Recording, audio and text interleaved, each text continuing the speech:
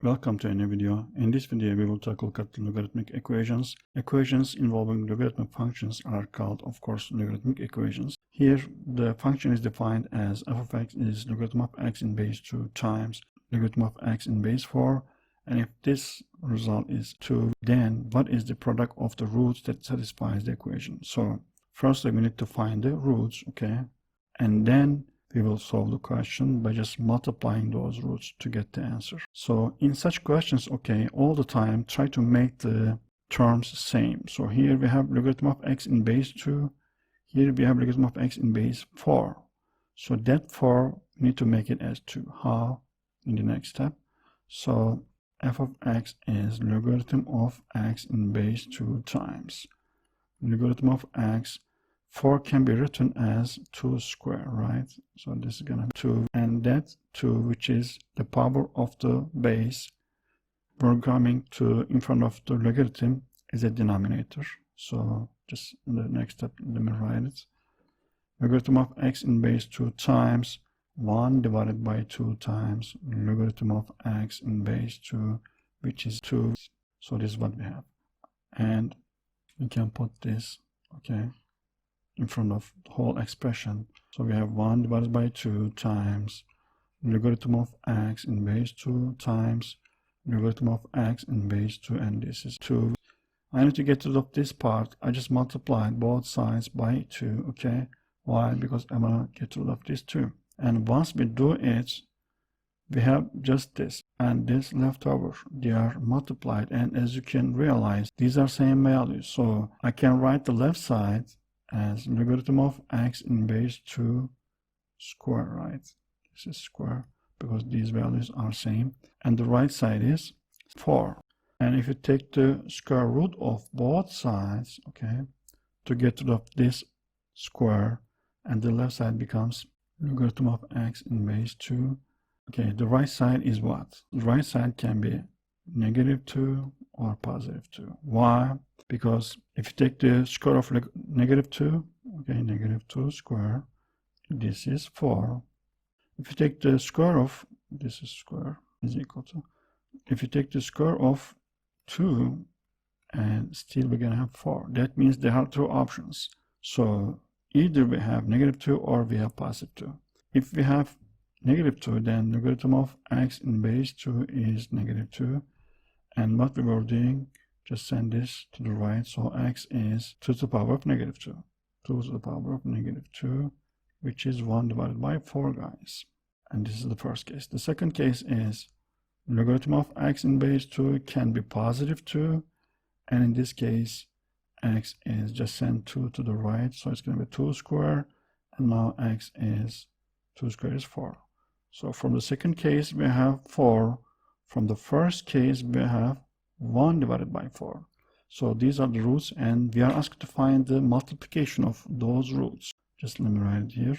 So x1 times x2. x1 is the first root and x2 is the second root that we found. x1 was 1 divided by 4 and x2 is 4. And if we multiply those, then we get 4 divided by 4, which is 1. So the solution is 1, guys. In other words, the product of the roots which satisfies the equations is 1 in this case. And let's continue with the next question. And this is our second question. In this question also, we are asked to find the solution of the equation. So in such questions, always try to find out the similarities between the bases. Here we have 2 and here we have 2 as well. So the bases are same and there is a negative sign between those two terms. That means I can write the whole expression as logarithm of 3x minus 1 divided by x plus 5 in base 2. And the result is 2, guys. So from here, I believe you already realize how the solution is coming. So just send this 2 to the right. Okay, in the left we have 3x minus 1 divided by x plus 5. In the right we have 2 squared, which is 4. 2 squared is 4. And I need to multiply the cross product here. Okay, just put 1 in the denominator part because 4 can be written as 4 divided by 1. So if you apply the cross product, then what we have here, 4 times x plus 5 has to be equal to 1 times 3x minus 1. So just distribute this 4 into the parentheses. Then we're going to have 4x plus 20 is, if you multiply 1 by any number, then the result is that number. So the result is 3x minus 1. In such questions, okay, try to keep the knowns one side and try to keep the unknowns on the other sides. Here we have 4x and we have 3x. Because 4x is greater than 3x, so I'll try to keep the x values on the left. To do that, I need to send this 3x to the left. And once you do it, you have 4x minus 3x. Why? Here it was positive 3x and now it becomes negative 3x. This is equal to, guys, that 20, I need to send it to the right. Here it was positive 20 and now it becomes negative 20. Negative 1 is here as well, so negative 20 minus 1. If you subtract 3x from 4x, we have just 1x, and negative 20 minus 1 is negative 21, guys. And that is the result of this question. That's negative 21. If you put negative 21 instead of x here, okay, we're going to have a negative number here. We're going to have a negative number here, okay? So this cannot be possible. In this case, the solution is an empty set, guys, okay? It's an empty set. So there is no solution, guys. We can write the empty set either like this or like this, okay? Two curly braces, but there is nothing inside, or just this symbol represents the empty set or no solution. So in this question, guys, we do not have any solution as an x value. And let's continue with the next question. We have a slightly different question. 4 to the power of x minus 5 times 2 to the power of x plus 6, and the result of the equation is given as 0. So in this case, what is the solution of this equation? In other words, which x value satisfies this equation? Value or values? So in such questions, again, just try to make that term and this term same, guys. How? 4 to the power of x is what? 2 to the power of x squared, right? Minus 5 times 2 to the power of x plus 6, this is 0. Now, suppose that 2 to the power of x is t, guys, okay? And once you put that t instead of 2 to the power of x, then we're going to have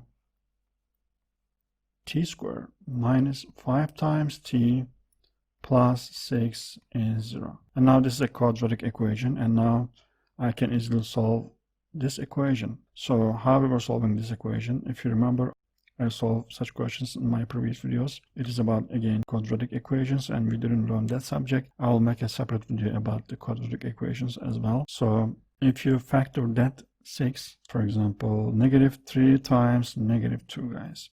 If I multiply negative 3 by negative 2, then we have positive 6. If I add them up, negative 3 plus negative 2, then I have negative 5, okay, which gives me the number that is in front of t. So that means I can write the whole expression as t minus 3 times t minus 2. Still, that is going to be 0. So we have multiplication on the left, and the result is 0. Either this part is 0, 0 times something is 0, or that part is 0, 0 times something is 0. If the first term is 0, so if t minus 3 is 0, and then just send this 3 to the right, t has to be 3 in this case. If t minus 2, which is the second term we have here, okay, is 0, and then just send this 2 to the right side, so t has to be 2 in this case. So I got two values, okay? T can be 3 and t can be 2. What was t? 2 to the power of x. So 2 to the power of x is, let's say, 3. And how we were finding x, if you remember, how to find the solution of exponential functions, okay? Here it was 2. Take the logarithm of both sides in base 2. That's what we were doing before, if you remember. Why? Because that x was coming to the front. Logarithm of 2 in base 2 was 1. So x times 1 is x. X is logarithm of 3 in base 2. This is what we have as a solution for t is equal to 3, guys. And okay, just let me continue here. For t is equal to 2, what was t again? 2 to the power of x. 2 to the power of x is what? 2. This is 2 to the power of 1, guys. 2 to the power of x is equal to 2 to the power of 1. In that case, what is x? We don't need to deal with logarithm. As we can see, it is obvious. X has to be 1, of course. Why? Because if the bases are same, the powers have to be same again in this case. So we see that x values or the solutions are 1 and logarithm of 3 in base 2. Just let me write it here. Okay, x is an element of 1 and logarithm of 3 in base 2 and 1. These are the solutions that we can give to the x as a value. And let's continue with the next question. And this is our last question, guys, in this video. E to the power of 2x minus 8 times e to the power of x plus 15 is equal to 0. And in this case, what is the summation of the roots which satisfies the equation? So there are two things that we need to do. First, we need to find out the roots, okay, and then we're going to add those roots up. So let me rewrite the equation. E to the power of 2x can be written as e to the power of x squared, right, minus 8 times e to the power of x plus 15 is 0. Again, as I did in the previous question, I'm gonna just represent e to the power of x as t, guys. In this case, our question is gonna become a quadratic equation. So t squared minus 8t plus 15 is 0. I need to factor this 15, okay? How? I need to write it as a multiplication of two numbers. 15 can be written as negative 5 times negative 3. If you multiply them, you get 15. If you add them up, you get negative 8, which is in front of t. So that means t squared minus 8t plus 15 is equal to, guys, t minus 5 times t minus 3, and this is 0. And we are multiplying two numbers, t minus 5 and t minus 3, and the result is 0. Either the first term is 0 or the second term is 0. 0 times any number is 0 because.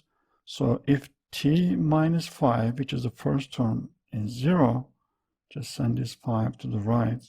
If this is the case, and then t, okay, t is 5. In the second case, t minus 3, if this is 0, and then again send this negative 3 to the right. In this case, t is 3, guys. So let's say we say that t is what? E to the power of x. So e to the power of x is 5. This is the first case. And e to the power of x is 3. This is the second case. If you remember, in such questions, because e to the power of x is an exponential function, so I need to take the logarithm of both sides. Here we have e, so I need to take the logarithm of both sides in base e. Logarithm in base e. So that x is going to come to the front. Logarithm of e in base e is 1.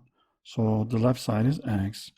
And the right side is what? Logarithm of 5 in base e, or ln 5, in other words. Both of them are acceptable. Logarithm of 5 in base e, and this is ln 5, guys. From here, if e to the power of x is 3, again, I need to take the logarithm of both sides in base e.